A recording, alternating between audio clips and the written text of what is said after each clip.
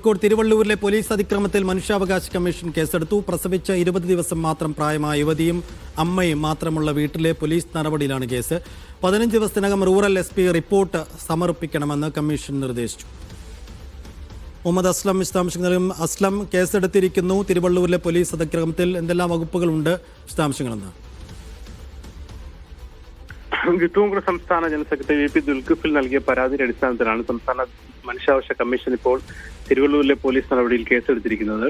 തിരുവള്ളൂരിൽ നടത്തിയ അല്ലെങ്കിൽ 20 ദിവസം മാത്രം പ്രായമുള്ള കുട്ടിയുടെ അമ്മയും അവരുടെ അമ്മയും മാത്രമുള്ള സ്ഥലത്ത് ഒരു ദിവസം തന്നെ മണിക്കൂറുകളോളം, പാതിരാത്രി അടക്കം മണിക്കൂറുകളോളം പലതവണ കയറുകയും മണിക്കൂറുകളോളം ചോദ്യം ചെയ്ത നടപടി മനുഷ്യാവകാശ ലംഘനമെന്നാണ് കാണിച്ചുകൊണ്ടായിരുന്നു പരാതി.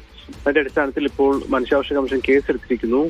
വടകര SP-യോട് ഇക്കാര്യത്തിൽ സംസ്ഥാന മനുഷ്യാവകാശ കമ്മീഷൻ റിപ്പോർട്ട് തേടിയിട്ടുണ്ട്. 15 ദിവസത്തിനകം റിപ്പോർട്ട് നൽകണമെന്നാണ് ആവശ്യപ്പെട്ടിരിക്കുന്നത്. അവിടെ ഒരു വനിത ആയിട്ട് പോലും പുരുഷ പോലീസുകാരടക്കം ബെഡ്റൂമിലടക്കം കയറുകയും ഇരിക്കുകയും മണിക്കൂറോളം ചോദ്യം ചെയ്യുകയും ചെയ്തിരുന്നത് മനുഷ്യാവകാശ ലംഘനമെന്നാണ് സൂചിപ്പിച്ചിരിക്കുന്നത്.